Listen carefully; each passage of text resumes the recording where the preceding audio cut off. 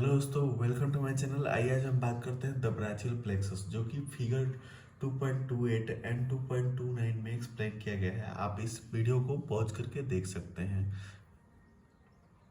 अब हम बात करेंगे इसके डिफिनीशन से, जो कि डिफिनीशन है: it is the nerve plexus formed by the ventral rami of cervical fifth and thoracic one spinal nerve, supplying mainly to the upper limb along with the scapula.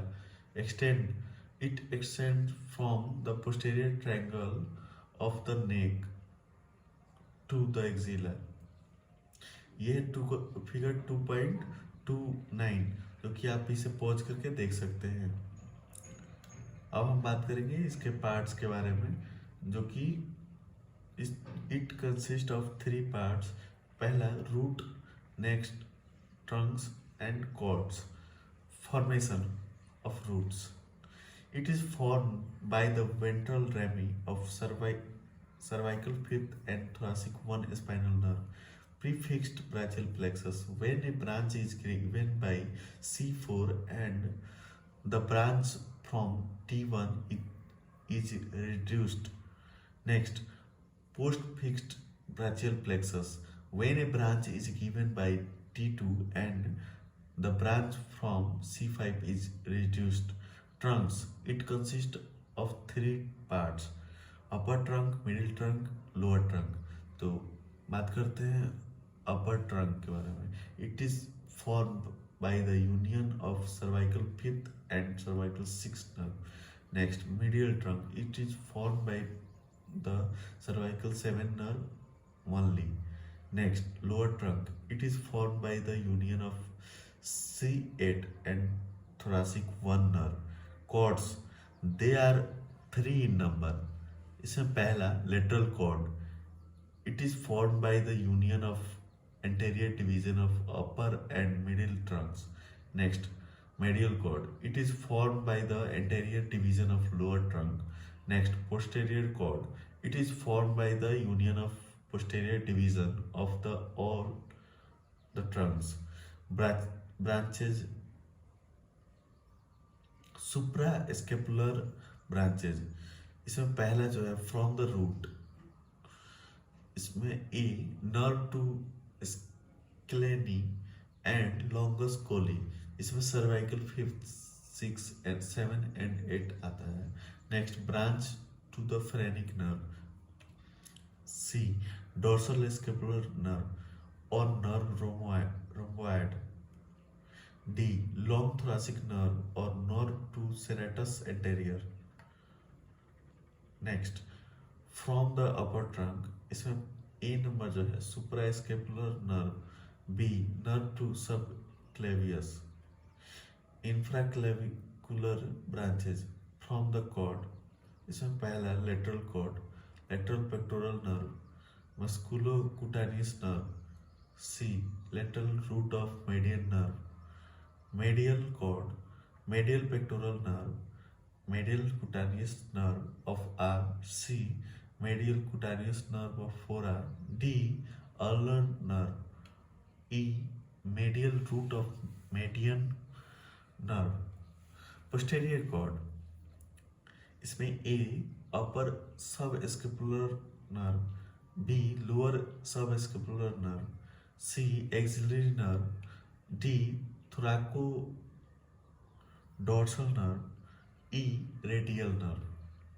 अब हम बात करेंगे इसके क्लिनिकल एनाटॉमी के बारे में, जिसमें Erb's paralysis: it is most common type of nerve injury during birth at the upper trunk of the brachial plexus.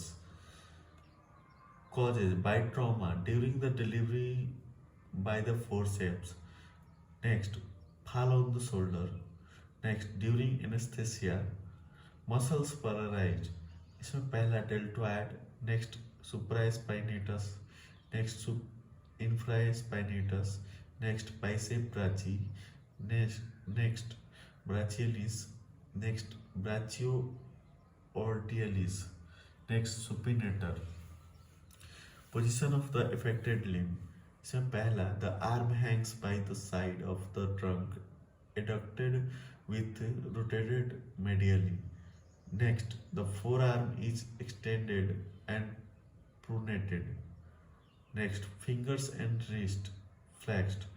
This deformity is called porter's tip or policeman's tip hand. Loss of muscular movement. इसमें पहला abduction and lateral rotation of the arm. Next, flexion and supination of the forearm.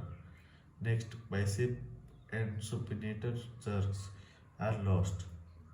Next, loss of sensation at the lower part of deltoid. अब हम next clinical symptom के बारे में देखेंगे. क्लम्पके paralysis. It is the paralysis which occurs due to injury of C8 and T1 nerve before and after formation of lower trunk. Causes. It may occur due to pressure on cervical ribs. Next, excessive abduction of the arm, sometimes in birth injury. Muscles involved. Intrinsic muscles of the hand. Next, ulnar flexor of the digits and wrist. Position of the limb.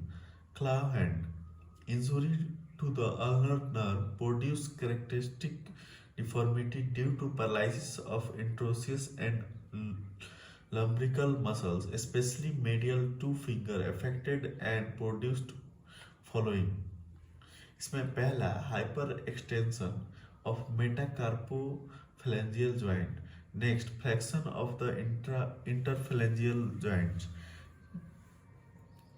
Second, anaesthesia along the medial border of arm, hand and little finger. Injury to long thoracic nerve. It is commonly seen in porters who carry heavy loads on the shoulder. Muscles involved. Serratus anterior deformity.